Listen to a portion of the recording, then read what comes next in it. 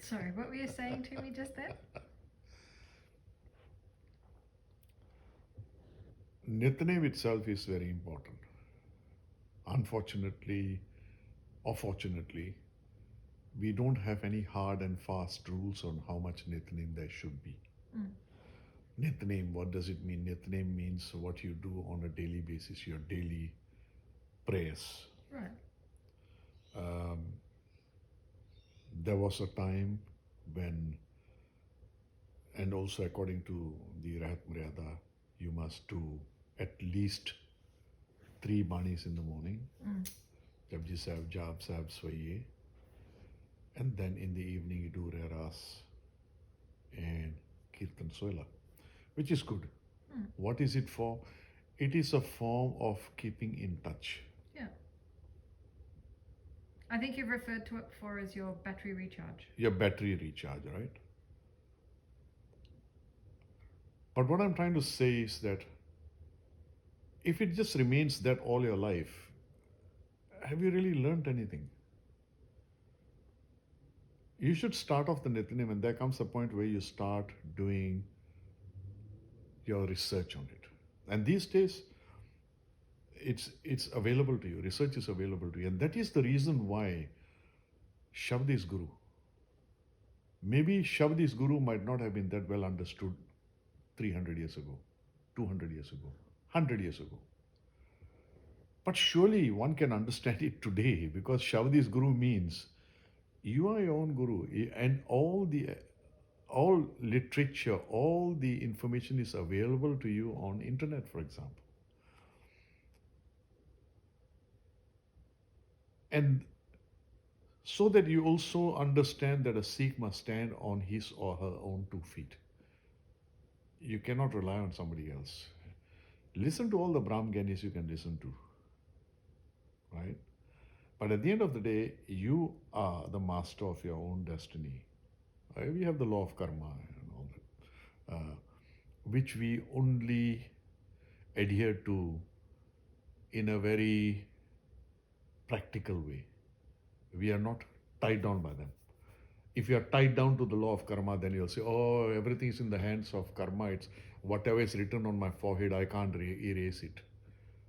But our Guru Sahibs have also told us, no, you can. Your efforts in this lifetime are very important. The effort you put in, the good that you do in this lifetime, helps you to erase your karmas.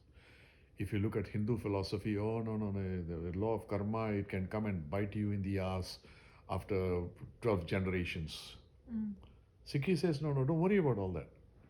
What good are you going to do in this lifetime? That is the most important thing, right? Once you start understanding Gurbani a little bit better and start off with Japji Sahib, I mean, this is the way I was brought up in the conventional way. You do your Nitnems, where you 3 baniya in the morning, Ardaas. But I have noticed as the new generations have come on that it's not very practical. People are not doing it. For better or for worst, I'm not here to make any judgments. But the fact is, I know a lot of youngsters, for example, who will just sit back in the morning and do the Panj Paudiyan. Mm. Because at some stage somebody has told them, just do Panj Paudiyan enough. Yeah, that's fine. But even understanding the Panj Paudiyan is very important, right? And then you understand a little bit, and then you try and extend it a little bit more. As I mentioned to you earlier, the sixth paudi, for example, is Gurank Deva Jai, Savna Jai Kaikadata, Soma Visarna Jai, right? That's Panch Paudi, that's fifth one, isn't it? Yeah. Then you have Slok. Sixth one is Tirth Nava Jetis Pava Vin Pane Ke Naikari, Jeti Sirthe Upai, Vekha Vin Karma Ke Milali, Mat Vech Ratan Johar Manak Jek Gurki Seksuni.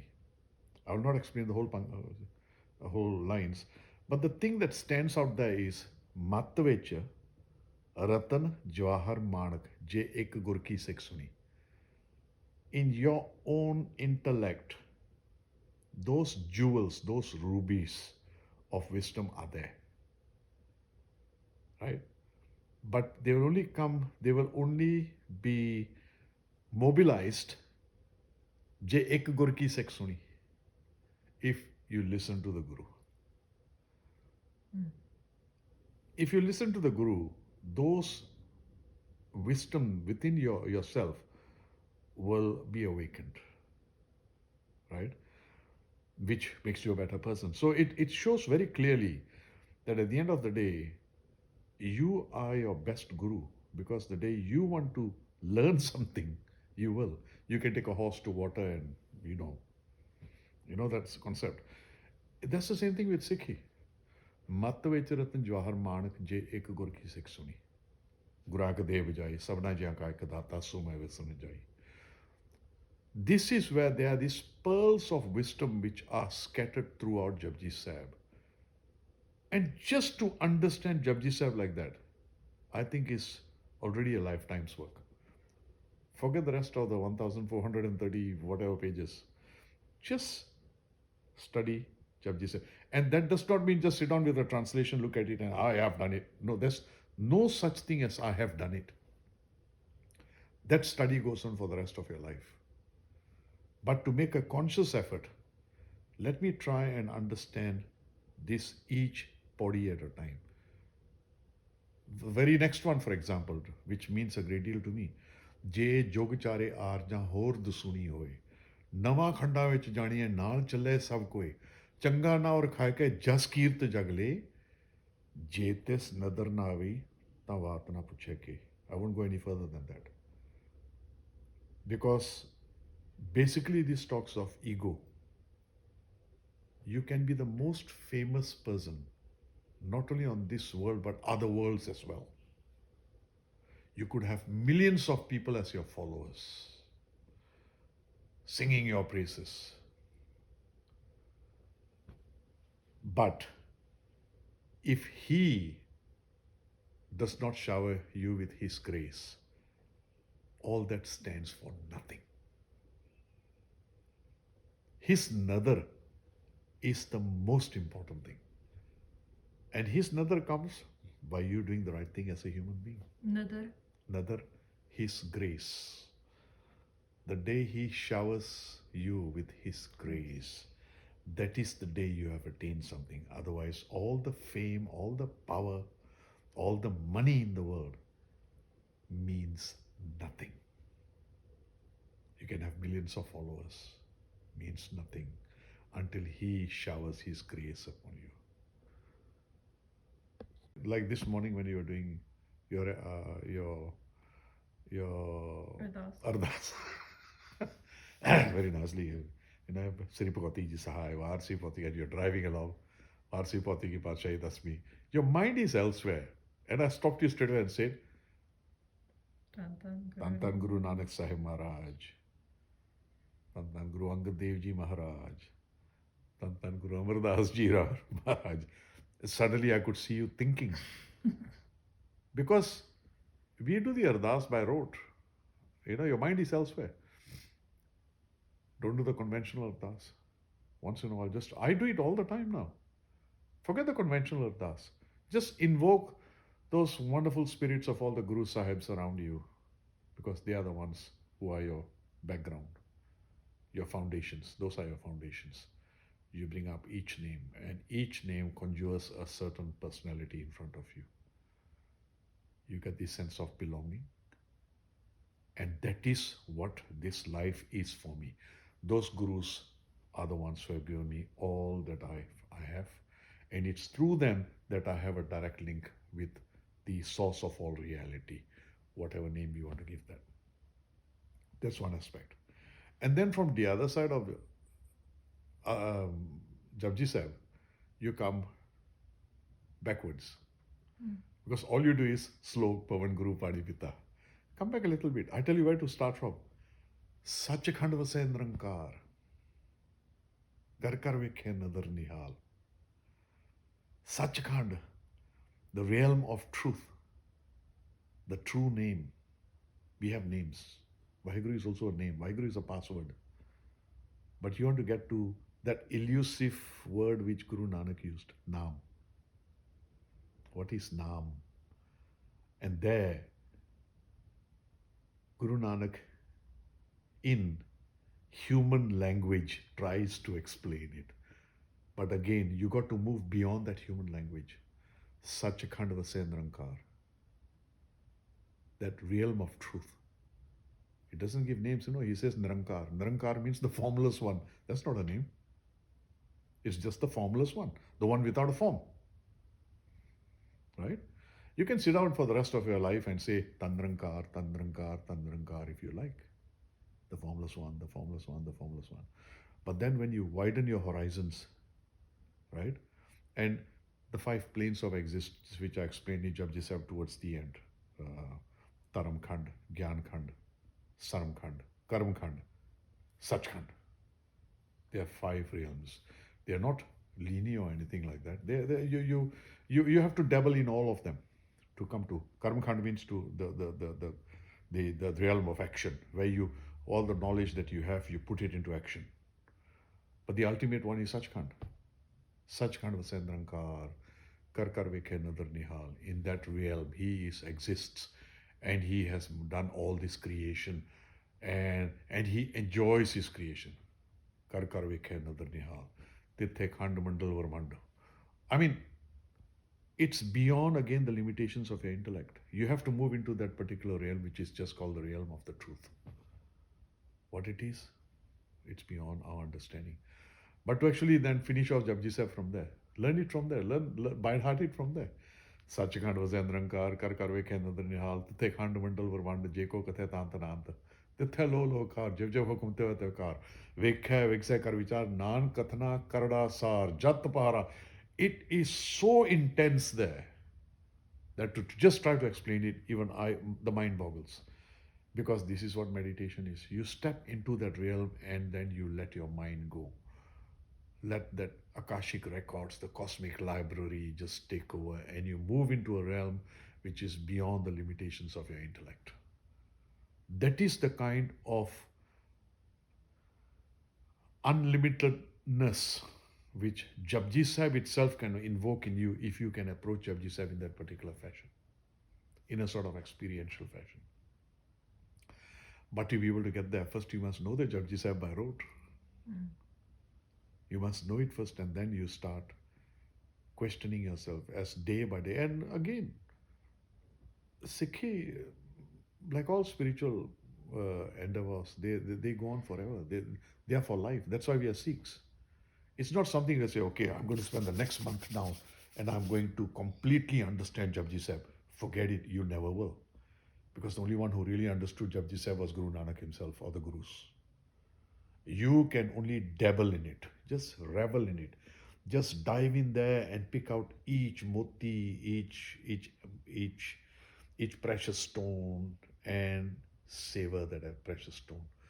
The most important thing is we are limited in this lifetime as human beings, and we just do the best we can.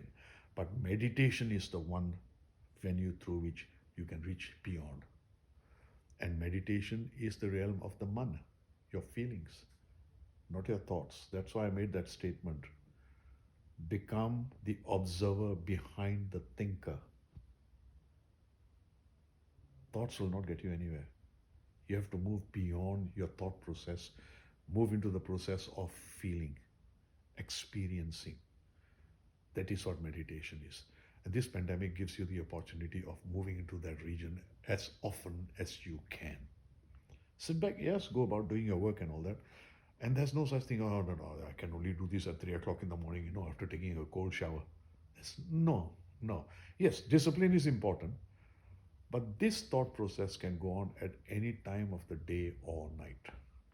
You could get up at 2 o'clock in the morning, wide awake, because some sort of a message is going to be sent to you, because you have moved in that particular direction. You take one step towards this kind of thinking, and all the help will come to you.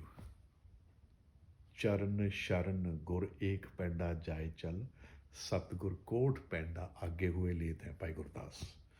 Take one step in this direction, and all the elements will come to help you continue on that journey.